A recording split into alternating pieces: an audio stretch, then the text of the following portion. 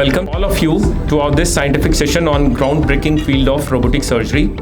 It's an honor to have you all here today as we explore the advancement, innovation and future direction of this transformative technology.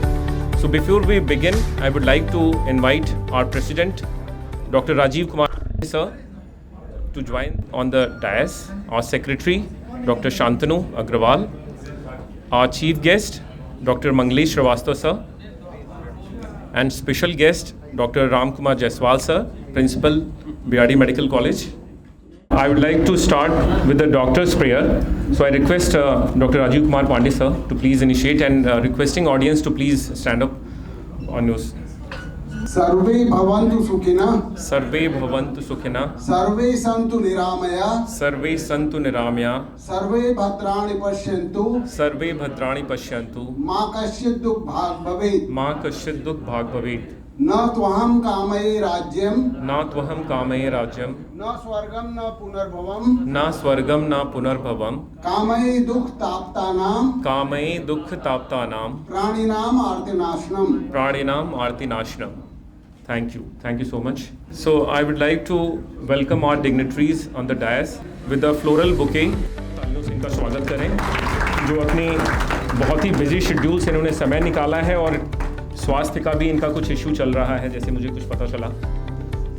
मैं doctor Mahendra Harbola sir से request करूंगा कि please आकर के हमारे special guest principal and dean BRD medical college doctor Ram Kumar Jaiswal sir का floral bouquet से...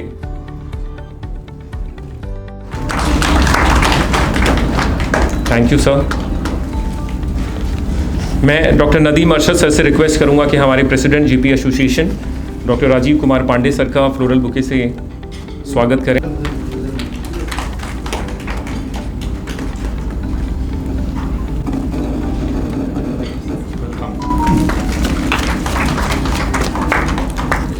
thank you sir, thank you so much. So before we begin, I would like to ask our President, Dr. Rajiv Kumar Pandey sir, to welcome the speakers and welcome the audience.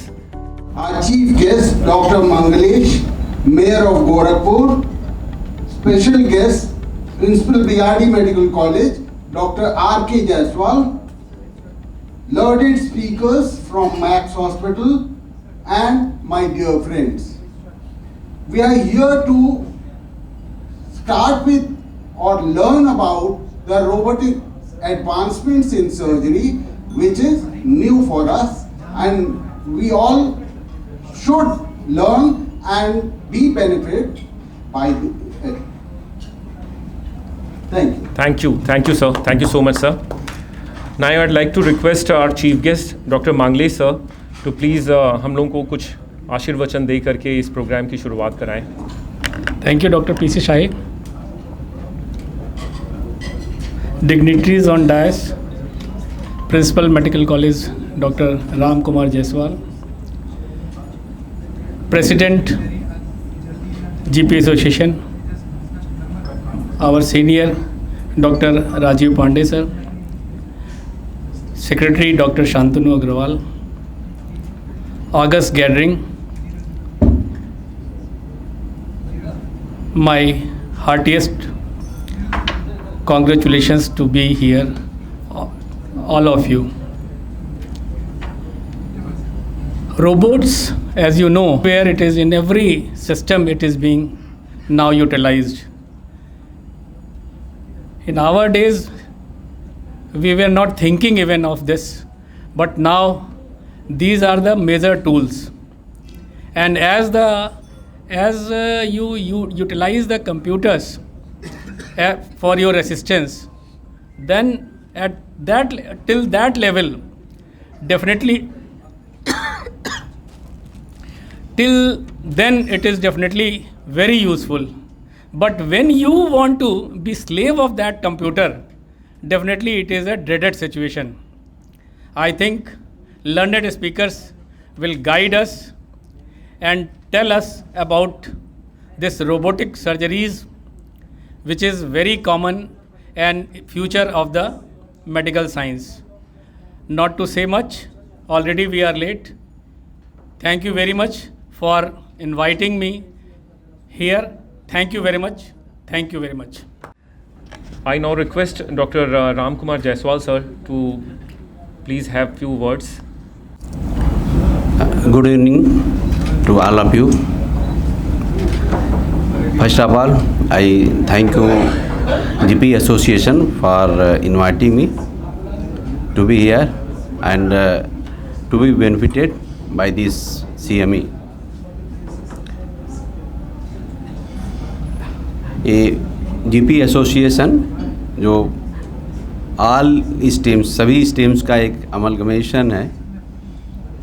GP association मेरे ख्याल से कुछ confusing हो जाता है कि नहीं other specialised branch के लोग नहीं होंगे, कॉमन GP जनरल प्रैक्टिशनर्स होंगे, लेकिन जो अभी हिंदी में लिखा हुआ प्राइवेट चिकित्सक संगठन, ये मेरे ख्याल से बहुत ही अप्रोप्रिएट टर्म्स है इंग्लिश के बजाय हिंदी का, कि इसमें सभी स्ट्रीम्स के लोग हैं और आते हैं स्पेशलाइज्ड ब्रांच के, न केवल एक जस्ट जनरल जो फील देता है कि जस्ट ग्रेजुएशन लेवल का ट्रीटमेंट होता है।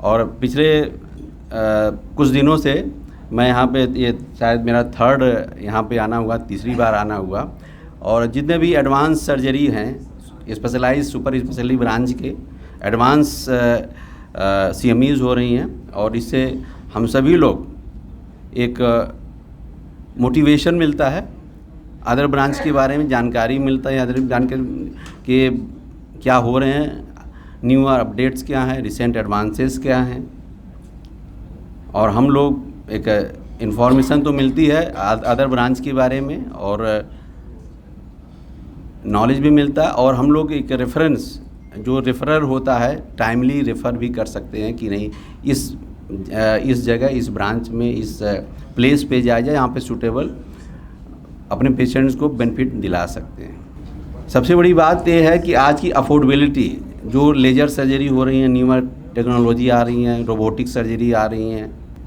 डेफिनेटली ये सभी रिजल्ट जो होते हैं, एक प्रिसाइज मेडिसिन है, प्रिसाइज सर्जरी है, रिहेबिलिटेशन अर्ली होती है, पेशेंट्स को मैक्सिमम बेनिफिट होता है within few hours to few days.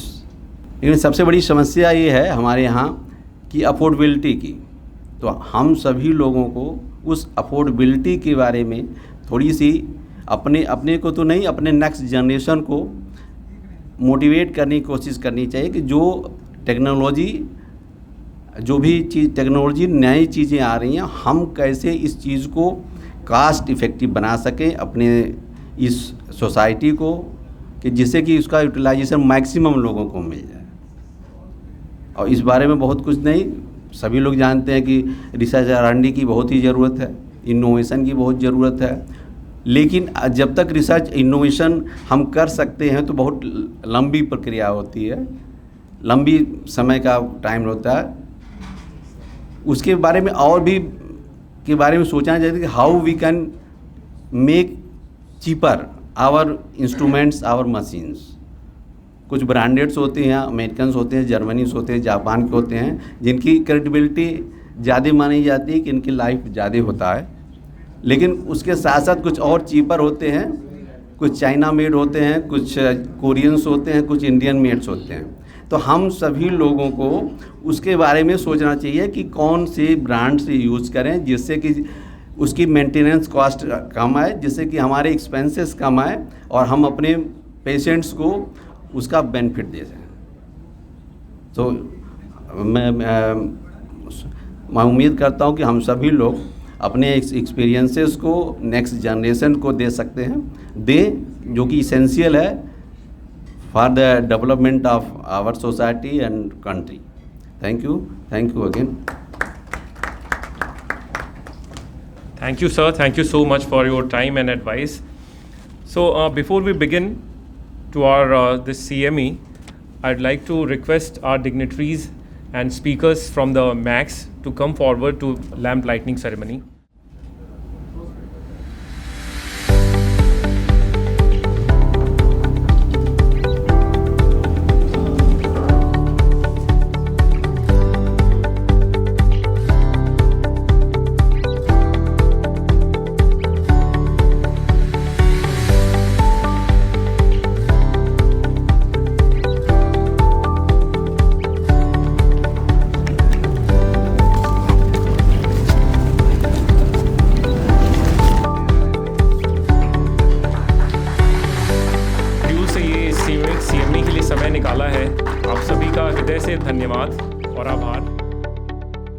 have graciously agreed to share their insights and expertise with us. Thank you for your dedication and commitment to advancing the field of surgery. Robotic surgery represents a remarkable leap forward in the realm of medical science, offering unparalleled precision, control, and minimally invasive options for patients worldwide. As we delve into today's presentation, we will witness the incredible potential of robotic systems to enhance the surgical outcomes and improve patient care. And to begin with the first session, I would like to request our chairperson, Dr. R.K. Pandey sir, to please take your seat and proceed for the first session of our CME. Good evening, everyone, seniors and colleagues. And from the outset, I would like to thank Gorakhpur GP Association to have us here and to take out time from their busy schedule to be on a Saturday evening. Before further ado, I would like to give a talk on robotics in urology and urological cancer surgeries. It's a very wide topic now. I mean, robotics started in urology somewhere 25 years back. So it's quite a mature branch as of now. In the beginning, I would like to have a confession before that whatever I was doing some 15-20 years before, I am not doing that currently, because we all trained with open surgeries, and practically open surgeries in most of the field has gone out of the culture. And urology is one field where the advancement have picked up initially and to a very vast extent, right from miniaturization to endourology to laparoscopic, even robotics. Robotic program started with a urology only somewhere in 1997, and now practically we have a 5th generation Da Vinci robotic system. So basically, why to change? Why not to practice the same way as we are practicing before? Because, until unless we change, we adapt to those changes, we are going to be outdated. And this is a very old saying that change is the only constant. For change, I roamed across the world for so many trainings for urogynecology, for robotics, for transplant, and so many and so forth. So, and change is always good. I mean, these were the photographs from the 15 years before surgeries. Patient has got multiple incisions for stones because stones are a recurring thing. They keep on happening again and again. And because of this, and one can see the abdomen in a second pic, and practically it's a crisscross abdomen. Again, bad scars. Another problem, I mean, formation of hernias. And this is a real challenge in open surgeries. I mean, somebody has to literally go and take out a stone. I mean, it's a massive task. All these things, because of advancement, ultimate benefit has gone to the patient itself. And with the laparoscopic and robotic surgeries, hardly there are any visible scars, and the recovery is very fast. So what is an actual difference between a robotic surgery and a laparoscopic surgery? If we look at this diagram closely, I hope we all know about laparoscopic surgery. It's a simple telescope which goes in, and a surgeon stands on the side of a patient to operate. In robotic surgeries, basically it consists of 3 parts basically. This is a surgeon console. Surgeon consoles mean a surgeon operating while sitting on that console. It's a very, very calm and an easy environment. And this is a patient cart. These are the robotic arms which go inside the patient. It doesn't mean that the robot is operating. We call this as a system as a master and a slave system. So the master is basically a surgeon, and this is just a slave. Whatever a surgeon is doing in the console, sitting, and the robot is actually reciprocating the same in the abdomen. So this is the Da Vinci Xi system we have. It is the most advanced, the 4th generation system available. So this is basically the patient cart which goes and stands by the side of the patient. This is a surgeon console. There are so many pedals here, so many hand controls here. So whatever the surgeon is performing on a surgeon's console, the same is happening. The same robot is reciprocating inside the abdomen. This is an endovision card. This is basically to see what is happening inside when the assistant is sitting on the side of the patient. So what makes a robot special? This is the thing which makes a robot special. The robot has got a 7 degrees of freedom. I mean, the arms can move here, there, where, nowhere, everywhere. And it has got a 90-degree articulation in any direction, 360 degrees. This is exactly the same as we have, the same wrist, the same fingers we have. So if something is reciprocating open surgeries, there is a definite advancement, I mean. Plus, it has got a 3D vision, a stereotactic vision, the same as we see in an open surgery. So because of the wrist, because of the arms, which has a capability to move, to go, to dig down anywhere, it has got a good amount of movement inside the human body. A 3D vision, enhanced endo-wrist dexterity, as I mentioned, a precise hand-eye coordination, and the robot filters the tremor. So it has actually increased the life of a surgeon, because after 60 years of age, the tremors are something which are very, very, I mean, natural, which are going to happen in many of the practicing surgeons. So it filters out all the tremors, and there is a motion scaling. We can scale the motion. If we move 3 centimeters outside, the robot arm will move just 1 centimeter inside. So it's a 3:1 motion scaling and a precise and accurate movement. Obviously, there is a 10 times magnification, which is not possible with a human eye. So obviously, the minute structures are visualized very, very nicely. There is less bleeding, less postoperative pain because of injuries to the surrounding structures. Obviously, the benefit is early return to the function and work, and less hospital stay. So where robotic lies in urology and urological cancer. This is a mind map where robotics is used in urology. So I'll be discussing, I'll just have brief photos of each and everything, of pediatric urology, uro-oncology, female urology, reconstructive urology, and a transplant. So this is a case of a robotic partial nephrectomy. One can see the robotic ports here. And with the help of these 5 ports, there is a tumor in the kidney, and practically the stay of this patient is 36 hours. And this patient luckily belongs to Gorakhpur only. So this is a robotic radical prostate, I mean the CA prostate. With the help of these robotic arms, with just these 5 ports, all of the prostate can be taken out. And the usual stay of these patients with a prostate cancer is close to 2 to 3 days, which is not imaginable before 10 to 15 years before. So initially when we used to do open surgery somewhere around about 15 years back, the patient used to stay for 7 to 10 days with a lot of incontinence, with a lot of other problems happening to the wound, to the abdomen, to the bowel, which is practically absent now. So ultimate benefit has been given to the patient only.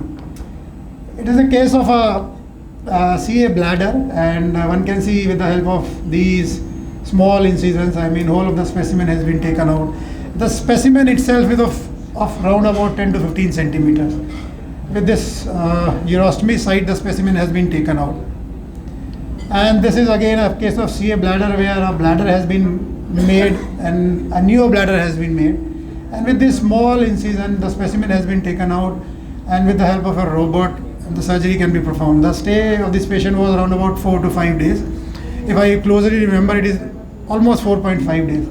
So these kind of patients used to stay for 14 to 15 days in the hospital with a lot of complications. With the advancement, with the 3D vision, with the depth perception, with the 10 times magnification, practically all of the complications are practically gone.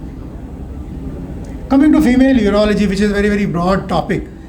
And I mean, this is a very, I would say not very common, but yes, practically not uncommon thing. A female leaking because of stress, because of prolapse, because of cystocele. And with the help of a robotic surgery, the uterus or the vagina which is prolapsing along with the bladder can be fixed back. And usual stay of these patients are usually 1 day, not more than 1 day. So apart from robotics, I mean so many things in female urology which are currently doing, right from cystocele repairs to urethroplasty to female voiding dysfunctions. Coming to pediatric urology, the same we do in adult, the same problems we can tackle with the help of a robot in pediatrics also. And in pediatrics, there is again one more challenge: the size of the abdomen. So one has to be very calculative while putting robotic ports. So all these problems, apart from the congenital problems, there are so many congenital problems like UPJ obstructions. They can be tackled very easily with the help of a robot. Kidney transplant is a very, very big domain. I mean, as of now, the kidney transplants are happening with the help of robot also. And I would say the first kidney transplant which happened with a robot, I was a part of the team in 2009 in Vedanta.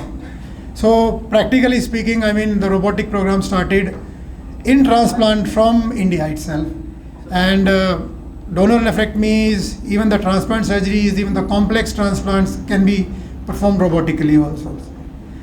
These are some list of common robotic surgeries which usually we do. I mean, prostatectomies, nephrectomies, pyeloplasty, cystectomies, and retroperitoneal lymph node dissections. Apart from this, I mean, just wanted to share a few all things in urology what we are currently doing in Max. RIRS, practically everyone knows, taking out stone with the help of a flexible ureteroscope without having an incision anywhere in the body. So with the help of RIRS, we can tackle all these stones. This is new thing, I mean, supine PCNL. Supine PCNL is not being done in many centers, but we usually do supine PCNL. The benefit of supine PCNL is that we can do simultaneous surgeries on both the kidneys in one go. If somebody has got a renal stone, somebody has got a ureteric stone, two surgeons operate, one by the side and one in the lithotomy position to do this. So practically with all these things, the time can be saved and anesthesia time can be cut down. Apart from this, routinely laser surgeries are happening in urology. I will not go into much of the details. And apart from this, we have got the best, one of the best machines. I mean, this is a BK medical machine which costs something around 1.25 CR for prostatic biopsy. And this machine has got a fusion technology. It can fuse prostate MRI and we can just actually target a very 1 mm nodule in the prostate. So very, very precise. Apart from this, urethroplasty and BMGUs we are routinely performing. This is one very common surgery which happen in urology, which is a TVTO. Basically, it's for stress urinary incontinence. Females keep on suffering for years together. The quality of life has gone drastically down. They cannot move out. Smell of urine coming all the time because of stress incontinence. With just 10 minutes of surgery, these things can be dealt for life. So apart from this, we have a very good dialysis facility and all the types of dialysis access we are doing, AV fistula, CAPD catheter insertions and all. Male infertility, there are so many things, vasectomy, vasectomy reversal, all kind of problems in male infertility and ED and premature ejaculations are happening in urology. This is just to have a brief what urology can do, because many people think that urology is all about stone and prostate. It is not. It is absolutely not. It is a very, very big domain. And to end, I mean, until unless we try new ideas, we implement new ideas, there is very less likely that we can progress in life. And Mr. Einstein said, a person who never made a mistake never tried anything. Obviously, with advancement, people had made mistakes. We have also made mistakes, but we have learned out of these mistakes and gradually progressing in life. And to sum up, I would like to thank my team, I mean the robotic surgery team, for helping me through and through for these surgeries. Thank you. Thank you, Rahul, for brief presentation of all things which you are doing at your center, and especially the robotics, which is a very developing branch. I think robotic surgery is not only beneficial to the patient for quick recovery, less side effects, everything is there. It is also beneficial to the surgeons also. Learning curve is very less as compared to the laparoscopic surgery, and as you told, the tremors and those things are not transmitted. These are very good things. Now session is open for the question. Sir, we'll take the Q&A in the panel discussion Okay. after all the sessions. Thank you. Thank you, Dr. Rohit, for your enlightening presentation. The advancement in robotic surgery you have highlighted truly showcase the potential of this technology to revolutionize the patient care. So we'll take all the questions at the end of all the sessions. So for the to honor our chief guest.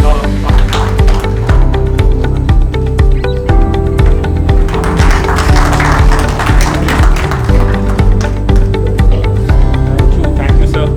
And I'd like to request the chairperson, Dr. A.K. Chaturvedi, sir, to please come forward and introduce our speaker, next speaker. So nowadays the days of robotic surgery. So next topic is role of robotics in gastro and gynecological diseases. So this is an important topic, and for this topic we are inviting Dr. Shashank Chaudhary from Max. Dr. Shashank Chaudhary, please. So now I invite Dr. Shashank Chaudhary for his deliberation. Thank you, sir, for your kind words. And good evening, everyone. Myself, Dr. Shashank Chaudhary, and I am a surgical oncologist, senior consultant in Max Healthcare, Lucknow. So today I welcome and thanks to my senior consultant sitting here, Puneet Boss. He's a senior gastroenterologist of Max, Dr. Yashpal, Dr. Manjusha ma'am, Dr. Rahul sir, for coming in support for me. And today my topic is robotic surgery in basically in gynecological and gastro surgeries. Just we have a robot about 1.5 months back. So we have done 2 and 3 successful cancer surgeries on robot. So from beginning, as Dr. Rahul Yadav has told everything about briefed everything about the robotic surgeries. So my topic is basically on why the robotic surgery is important. So we will cover topic like definition, introduction, why the robotic surgery is important, what types of robotic surgeries, advantages and conclusions. So we can see that the robot basically compile of the surgical card, patient card, and that monitor in which we see do the surgeries, and we see and guide the patient card people to handle the things. So robotic surgery is also called the robotic assisted surgery, allow the doctor to perform many types of complex procedures with more precision, flexibility and control than is possible with the conventional techniques. So basically robot is going in the deeper planes, like in pelvis and thoracic surgeries. Thoracic surgeries में जैसे कि हमारे thorax में होता है, we have a lot of important organs are there, like heart, lung, thorax, and there is also vagus nerve, and everything is covered. So doing dissection, we need a lot of precision. So during the laparoscope, initially we were doing all open surgeries.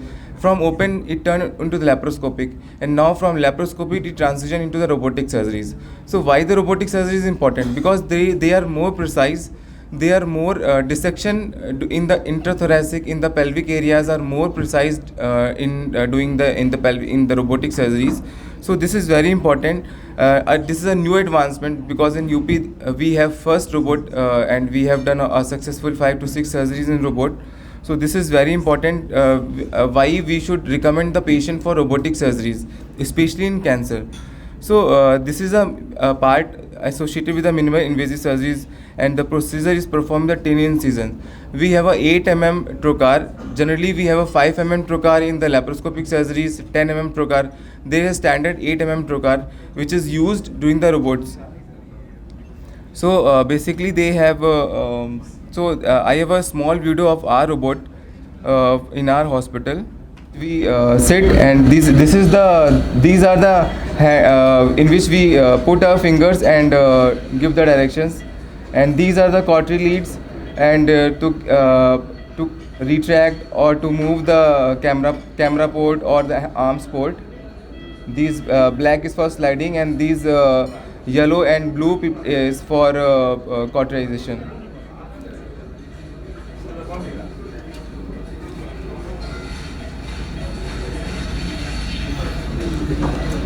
This is the patient card. These are 4 arms. These are inserted inside the patient's abdomen, and the arms are fixed through this robot, and basically यही काम करता है. And this is the monitor जिसमें कि we coordinate, जो patient वहाँ बैठता है और जो सर्जन वहाँ पे काम करता है, वो इससे कोऑर्डिनेशन का सिस्टम बनता है. तो this is basically important. We have to see all this things. Next video is that, इस वीडियो में हम लोग जैसे कि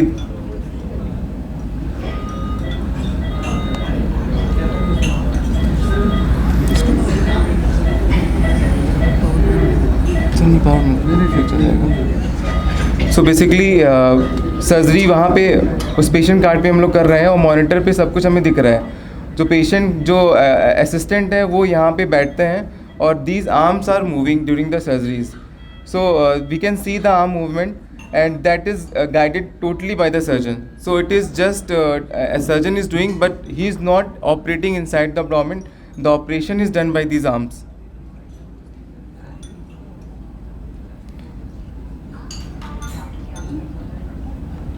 So finally we can see that the assistants are sitting close to the patient cart. The robotics arm are moving, and if we see further, this is the surgeon who is sitting in that robot, and he is doing everything with his fingers, and going inside the abdomen or going outside the abdomen is controlled. Everything is controlled by the surgeon.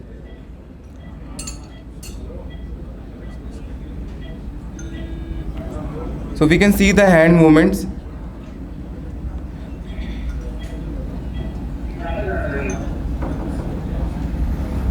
So basically everything has been mostly told by Dr. Rahul Yadav. So why the robotic surgery?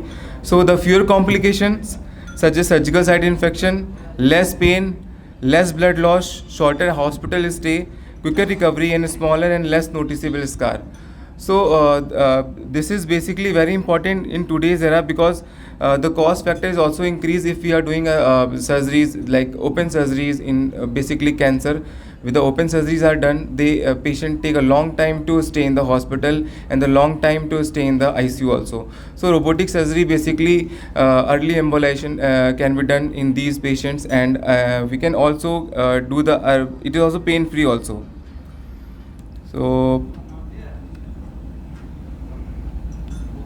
So I will not take much time. I will just post operative.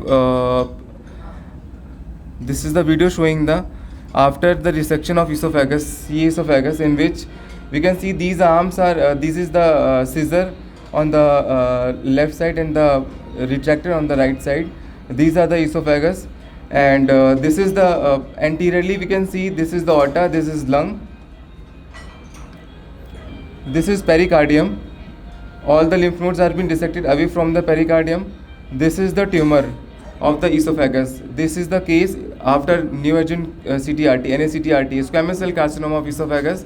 It received NACTRT, and now we are doing robotic esophagectomy in this. This is the lung. So robotics especially helpful in dissecting all these smaller and deeper planes, so that we can dissect everything very precisely without injuring any all these important structures. So this is trachea. We can see this is the trachea. This is the carinal area, and this is trachea. So you can see that air coming in and out. So this is very important in these patients. We have to preserve the trachea. There may be a tracheal injury in these. So this is very in my personal experience is also very important, because I have done laparoscopic surgery and robotic also. So I think robotic is much better in dissection, and the post-operative outcome is also very much good in robotic surgeries. So not बहुत ज़्यादा time ना लेते हुए I have stopped my presentation here. Thank you everyone. Thank you very much for your nice presentation. Robo has come to Lucknow, and soon it will come to Gorakhpur also. So we hope this. Thank you so much. Now I request Dr. Yashpal. Dr. Yashpal is a principal consultant and he's working as an endovascular surgeon. And he did his MBBS from GSM Medical College, my own college. And he did his MS from BRD Medical College, Gorakhpur in 2012. And he did his MCH DNB from Narayana Hrudayalaya, Bangalore. And presently he is working in Max Hospital. So, good evening everyone. It is always pleasure to come in a Gorakhpur because I have done my MS from the BRD Medical College Gorakhpur.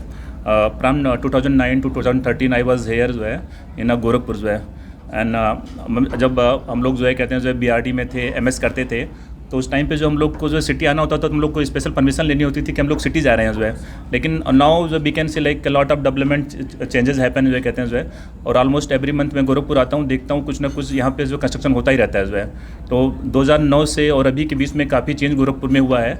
So it is wise like I am getting opportunity to present like brief about the vascular surgeries because like most of the presentation here today for the robotic surgeries so vascular surgeries कुछ like almost 2 decades पहले जो India में आया है and I was like second best DNB from the Narayana Hrudayalaya Bangalore and vascular surgeries are very common in south and like Maharashtra but I was the first vascular surgeon in UP.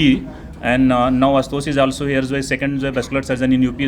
So before that, like 2 decades before, there was like cardiothoracic vascular surgeries. But now we can say like in especially in the south, when I finished my DNB 2015, there was like 40 vascular surgeon in Bangalore. But I was like first in a UP. We can say like the cardiac surgery is a different entity, thoracic surgery is a different entity, and vascular surgery is a different entity now. And vascular surgery is like we have done DNB, we include like both intervention and open surgeries. In intervention, we do like some angioplasty, especially lower limbs, aortic and thoracic surgeries. And bypasses we do especially for to salvage the limbs. So most common if we see like vascular problem what I have seen during my MS days like varicose vein and DVT. Varicose vein is a very common problem especially in today's lifestyle and DVT is like when I was like doing my MS hardly I have seen 1 or 2 cases of DVTs and like almost 1 decade before that we were thinking that DVT is like disease of western populations but now we can see like DVT is as common in India as like in a western populations there is a studies in PGI Chandigarh that shows like autopsy report of died patients and that shows us that like almost 70% patients who died in a sudden cardiac death they are having a pulmonary embolism. So sudden cardiac death in ICU patient pulmonary embolism is one of the major cause. So DVT is very common in Indian populations. Then varicose vein, when was my MS, we have done open surgeries, then it foam sclerotherapy, then it came to the laser therapy, then it came to MOCA. MOCA is like mechanico-chemical ablations. Then it came to RFA, and now recently we have a Vena seal. Vena seal is like glue. So it's not coming here. Did you need a normal? So nowadays we do like Vena seals. Vena seal is like glues. In laser and RFA we like treat varicose vein by doing ablation to thermal ablation. But in laser and RFA we do like ablation by thermal energies. But in a Vena seals we just put some amount of glue in a veins and it like within minutes, within 3 minutes it occluded varicosities. So DVT and P we already discussed now we have like special treatment for DVT and pulmonary embolism. Pulmonary embolism we all know like causes measures sudden death in hospital ICU patients. So like stroke protocol, acute coronary protocol, now most of the hospital having a PERT team like pulmonary embolism teams.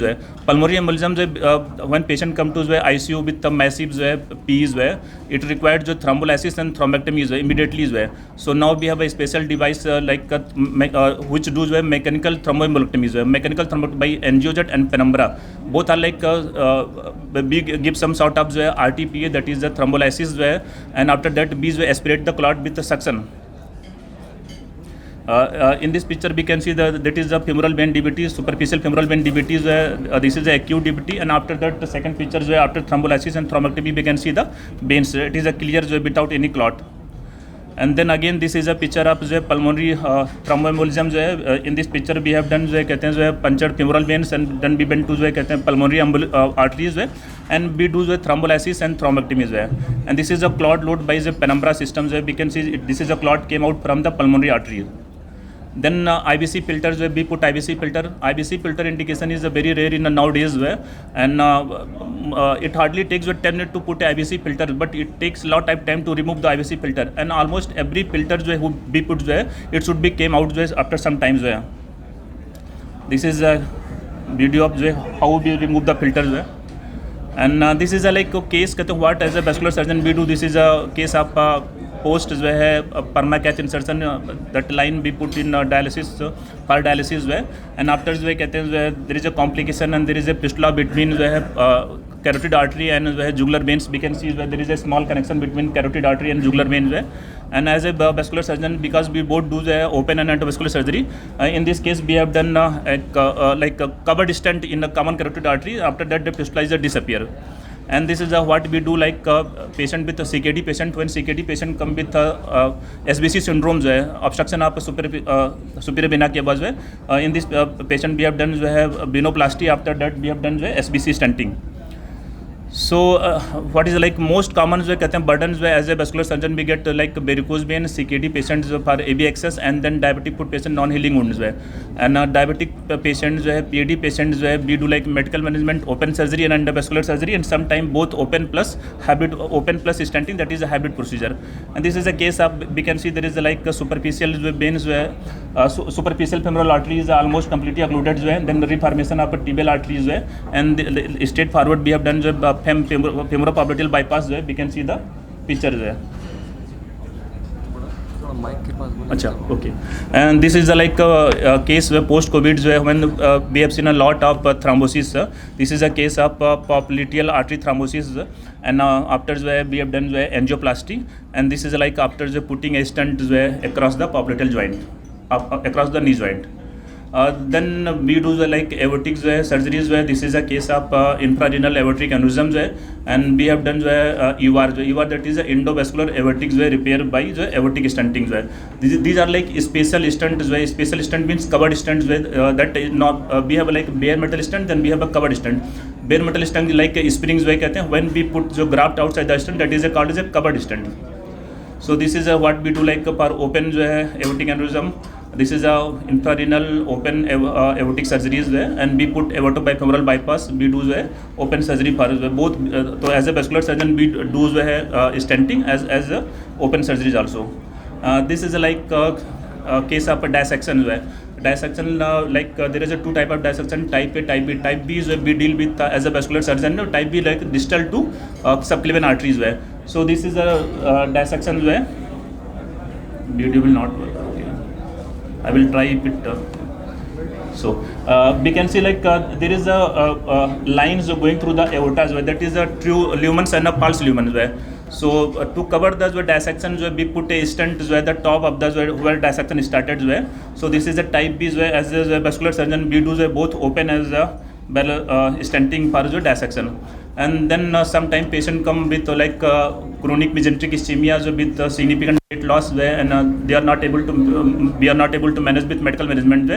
And if both celiac, SMA and IMA is thrombosed or occluded, then we can do open surgery aortoceliac bypasses, or sometimes we do SMA stenting. This is a case of SMA stenting, and for significant weight loss for a chronic mesenteric ischemia patient.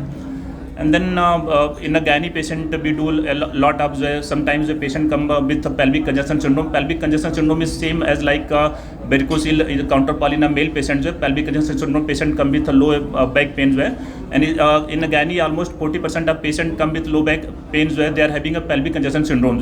So pelvic congestion syndrome we treat same like varicocele. This is the first picture of a pelvic congestion syndrome.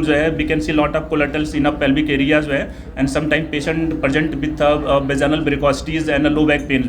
And this is a second video in which we can see that this is a venogram we have done and through जो है femoral veins be bend to जो है left renal vein, then left renal vein to जो है ovarian vein जो है. Normally ovarian vein size is a very small and when we do जो है वेनोग्राम जो है they will not fill up जो because blood will go from जो लोअर टू जो टुवर्ड्स हार्ट साइड जो है. But after that we have done जो है कॉयल एम्बोलाइजेशन जो है एंड दैट विल रिजॉल्व जो है symptom of pelvic junction syndrome. So like intraoperative we do internal iliac artery ligation also for जो है gynae patient and sometimes we required we do embolization also. So being the vascular surgeon we are having a both hand for open surgeries as well as endovascular options. This is again an interesting case of we can see the post cesarean section. This is a case of ovarian uterine arteries aneurysm. We can see that this is like filling up as a sac inside the uterus, that is a uterine artery aneurysm. And simply so by putting just few coils or few embolizing materials sometime Ebzal also we can stop the bleeding. And this is a case of fibroids. We can see the large fibroids where just putting some coils or PVA particles or glue we can treat the fibroid without any open surgeries. And this is again sometimes gynae patient with adherent placenta required to stop the bleedings. This is like angiogram of internal iliac arteries and after that we have done coil embolizations there is no flow in collaterals of internal iliac arteries. Thank you. Thank you, Dr. Ichbal, for wonderful presentation. We know that you are doing wonderful job for Gorakhpur as well in peripheral intervention.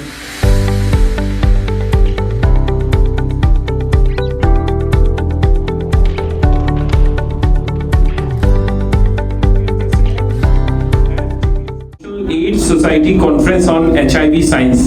Option A, USA, Australia, Germany or Indonesia. सब you have to just raise your hand. नहीं पता है आप तुक्के के लिए भी हाथ रेज कर सकते हैं. Just raise your hand. Sir will select कि किसको आंसर करना है. आप पहले हाथ रेज करें सर. केवल एक. अच्छा सर उधर से भी उठा हुआ है. Dr. Arya Agrawal sir, please answer the question. That's not the right answer, sir. We are very sorry. So there are three options left. We have Dr. Sanjeev Gupta. Oh, Indonesia is not the right answer. Only two options are left. Dr. Omkar, please. Doctor साहब बताएं. US. No, that's wrong. The answer. Sir, Dr. Ashwini Agrawal. Germany is the right answer. Dr. Ashwini Agrawal, please give a huge round of applause. Please come forward, sir. Please. आइए, please.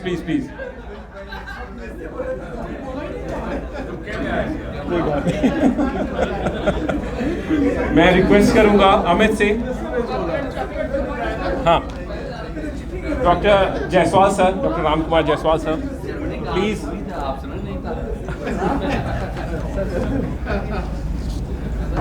So Germany is the right answer, where the International AIDS Society Conference was held. So which city hosted the national conference on moving mental health beyond institutions? Mumbai, Pune, New Delhi, Mysore. Just raise your hand. Dr. Nityanand, please. Option. कोई भी आप.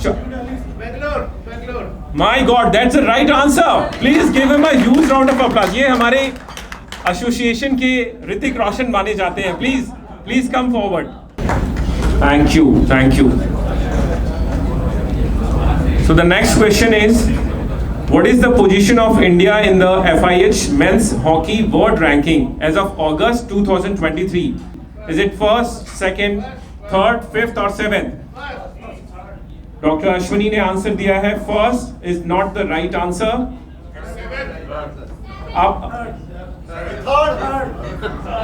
So third is the right answer. Please give him a huge round of applause. Please come forward. उन्होंने बड़े जोर से बोला है. Please doctor साहब अपना एक इंट्रोडक्शन दे दीजिए. Myself, Dr. Harishankar Joshi. I am a Dean Research in AIIMS Gorakhpur. Wow, great. Thank you sir for coming. Dr. Ram Kumar Jaiswal sir, please. आपके लिए एक छोटा मैक्स की तरफ से ये सरप्राइजिंग गिफ्ट है. घर जाके खोलिएगा। Thank you sir. बहुत आसान है, हाथ रेज करें जल्दी से, ऑप्शन नहीं पढ़ने जा रहा हूं मैं। Doctor, no that's not the right answer. Sanjeev doctor साहब ने पहले बोला है। डॉक्टर साहब please come forward sir. So correct answer is Neeraj Chopra.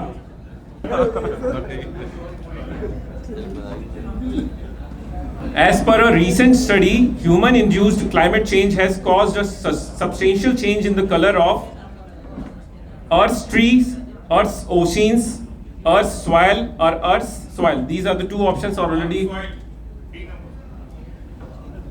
You have to raise your hand. That's not the right answer. I'm very sorry. Dr. Sanjeev. Yeah, that's right the answer.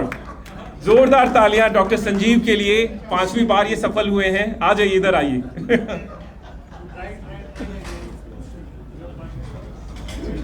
Doctor Jaiswal sir please, एक question और रह गया है, आपकी पूरी exercise करा दी मैंने। So valley queens heritage train is the first heritage train of which state? Gujarat, West Bengal, Sikkim, Rajasthan.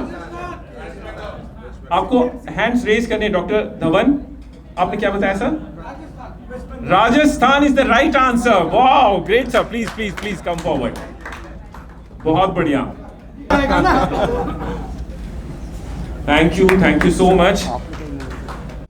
So I would like to request doctor Rahul, doctor Shashank and doctor Yashpal to please join on the DISE.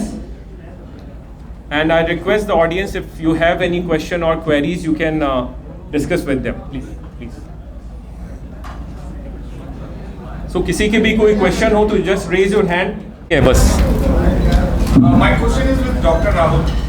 I have just gone through an article of NIH regarding the comparative study of robot-assisted surgery as well as the open surgery. Now, everything is fine. But if there is any comparative study in India regarding the affordability, because only thing that is going in negative is the affordability right now. What is its position in India right now if compared with open surgery, and talking in context of rural, especially those districts which are rural in context, like Kushinagar or Gorakhpur. So I will just like to you to enlighten us about regarding this. Very genuine question, sir. I mean, there are almost 280 installation of Da Vinci in India. Close to 280. 280. First installations of Da Vinci in India, robotic systems in India. First of all, healthcare is not free. Healthcare is costly in each and every segment. This is the same thing which happened once we shifted from open to laparoscopic surgeries. Like open surgery, obviously the surgeries are cheaper. With laparoscopic surgery, they add some few more into it. Same way comes with the robotic surgeries. And gradually, with the time, as laparoscopic surgeries are practically done in each and every part of India. I won't say a very, very rural background area, but definitely most of the parts of India it is available. Same way with the time, the cost will come down and affordability will always be a challenge, come what may. Sir, affordability actually increases with the number of cases prescribed. If we are having a lot of number of cases, obviously the rates will go down and affordability will increase. Now my question is, how many of our esteemed surgeons are actually prepared in Indian population? Sir, first of all, regarding this affordability, I mean the technology is costly. To recover the cost of a robotic system, one has to do 1200 robotic surgeries in a year, so that after a span of 10 years, you will recover the cost of a robot. 1200 surgeries per year? Per year for 10 years to recover the cost of robotic system. So technology will always be costly. I mean, affordability will always be a challenge. But it is all about, so this doesn't stop anyone to progress, anyone to do better work in life. But that will always be. Now sir, from public health perspective, can you suggest something that can be included inside the policy making, because we people are actually indulged in policy making, to bring this such a good thing into main health stream. Because right now it is again, I am saying, when we are dealing with the population, especially in Kushinagar, Gorakhpur or districts, majority of the districts in UP, the affordability is still questionable in case of robotic assisted surgery. Now, if you are suggesting something that it can actually enlighten us so that we can propagate it inside the policy system. Right now, the government is doing a lot about it. I mean, initially the robotic surgeries are not covered in any insurances. Now, what they have done is for some cancers they have covered it. And now with few insurance companies, if the sum assured is up to a limit, one can afford a robotic surgery, they are giving it. Gradually, You are suggesting a minimum sum assured of 50 lakhs. not really. One robotic surgery will cost something around 1.5 lakh extra. Apart from one is doing a laparoscopic surgery, just 1.5 lakh extra, nothing like that. So suppose if I talk about a robotic prostate which costs 3.5 lakh with a laparoscopic surgery, it will add 1.5 lakh, meaning 5 lakh. 5 lakh of a sum assured is nothing nowadays. Nothing. Okay, any other question?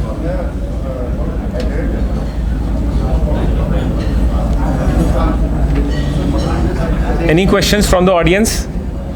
So I'd like to just have your concluding remarks on your presentation for robotics. What you suggest, what are the exact common indications where we can refer the patient for robotic surgery? There are two important surgeries in urology per se where robot has a very big role and which has changed the horizon of the surgery before 20 years and now. One is the radical prostate, because radical prostate is a very complex surgery. There are so many important nerves surrounding the prostate. And with the help of a robotic system and a magnification, the incontinence rate has literally gone down to a limit of 1 or maybe a 0%. Plus, erectile dysfunctions post prosthetic surgeries have gone down. So, the outcome has outreached the realm of open surgery, practically speaking. Second thing is the partial nephrectomy. Partial nephrectomy, because of a complex suturing, because of the complexly located tumors. And in these two surgeries, robot has a very big role, and robotic surgeries has definitely an advantage. Obviously, with just two surgeries, one cannot have a robotic system in place. So every department has to support a robotic program to make it a viable program. So gradually it has advanced to each and every aspect, each and every surgery. अच्छा, मैंने सुना है कि जो बच्चे बहुत ज़्यादा video games खेलते हैं वही आगे चल करके रोबोट्स वगैरह को डील कर पाते हैं या डेक्स्ट्रिटी उससे बड़ी इंप्रूव हो जाती है. आप लोग भी घर पे जाके अपने वीडियो गेम्स खेलते हैं क्या? See, everything has a learning curve. To learn, you have to sit on the system which you want to learn. So for a robotic system, one has to sit on a robotic system to learn rather than to learn from some video games. It is absolutely not like this. I mean, it happens for each and everything. I mean, if you want to learn open surgery, then you have to do open surgeries. You can't imagine and do it. So, True. Not really. Yeah. I think with this, now I'd like to request once again, Dr. Ramkumar Jaiswal sir, to please come forward to present the memento of honor to our President, Dr. Rajiv Kumar Pandey sir. So please.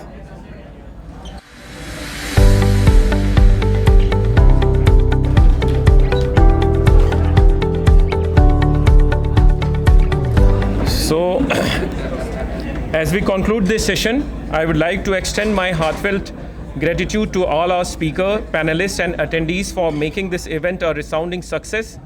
The insights shared today will undoubtedly inspire further advancements and collaborations in the field of robotic surgery. Thank you for your active participation and thoughtful questions, and we look forward to seeing you at the future sessions and continuing the important conversation. Thank you everyone. Thank you so much. Okay. Please come forward on the dais and please introduce yourself. What exactly work you are doing, you just can share with our GP Association.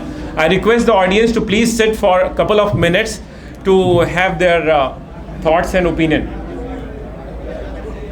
आप अपना introduction दे करके Good evening all.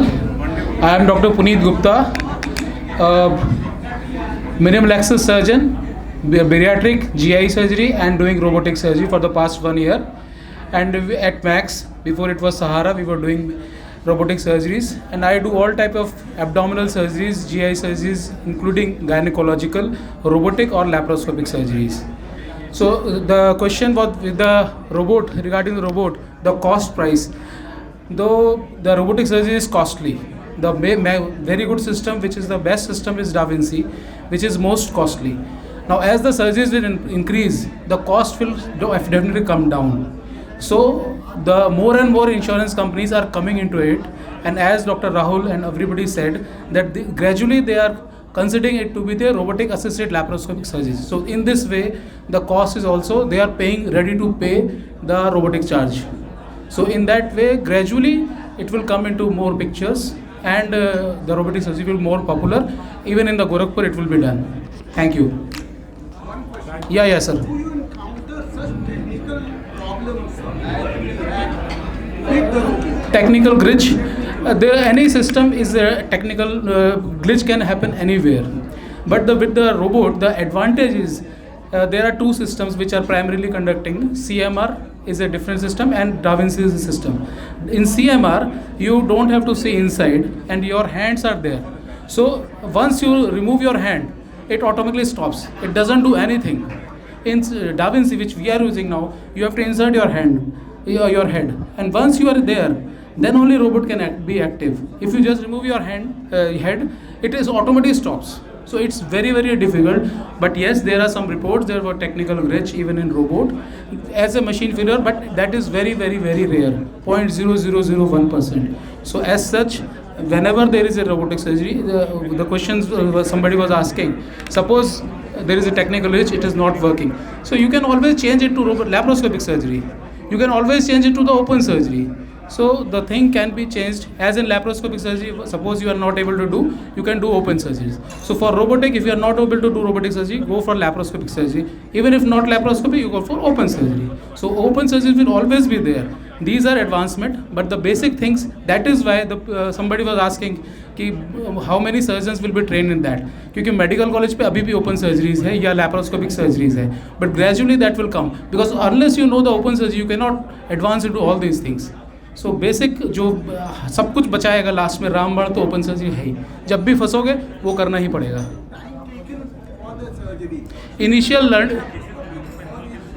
Initially the learning curve is more, but once you are better in doing it, because ये sir हाथ का coordination है sir, तो जैसे जैसे आप इम्प्रूव करते जाओगे और टाइमिंग विल कम डाउन. किसी ने ये भी पूछा था शायद कि वीडियो खेलने वाले थोड़ा बेहतर होते हैं. This was study was done in US कि वीडियो खेलने वाले क्या करते हैं. लैप्रोस्कोपिक सर्जरी के लिए ये था कि क्योंकि वीडियो गेम से आप दोनों हाथ से खेलते हैं बच्चे. So hand eye coordination, mind coordination at both hand, ambidexterity is more in video game players. So ये आया था कि शायद लैप्रोस्कोपिक सर्जरी बहुत अच्छे, दोनों हैंड और पैर लैप्रोस्कोपिक है. इवन इन रोबोट जो डा विंसी है, हाथ भी पैर भी सब कुछ यूज़ हो रहा है. सो शायद ऐसा हो कि जो लोग खेलते हैं उनको ये चीज़ ज़्यादा अच्छी हो जाती है, बस इसलिए that is only advantage. Thank you. Dr. Manjusha, please. And I'm a fellow Royal College London, and I have been working with Max, and all my predecessors have very beautifully told you everything. But one thing, like robotics is definitely a giant leap. When say aeroplanes came in, we were skeptical about moving in aeroplanes, and now we can't do without it. And the cost of air travel has come down like anything. So we got to be there in the flow, and we got to embrace the advances. And one thing definitely which is going to show up in times to come, once we have crossed the learning curve, like when you're in the depths of pelvis, or in say in the recesses, the deeper recesses where the hands can't go, and the laparoscope, the laparoscope doesn't go 360 degrees, whereas a robot does. So in times to come, when we all trained well enough, I guess that should be the way forward. And as Puneet very rightly said, that when we can't do this, we go back to that. And we have to choose what we can do best for the patient. And it is not that we do robotics for everything. We have to choose what is the best way forwards. And then definitely in times to come, we'll be moving on to bigger, more advanced versions. Thank you. At the last, I would like to request the speakers and team from the Max, please come forward for the group photo.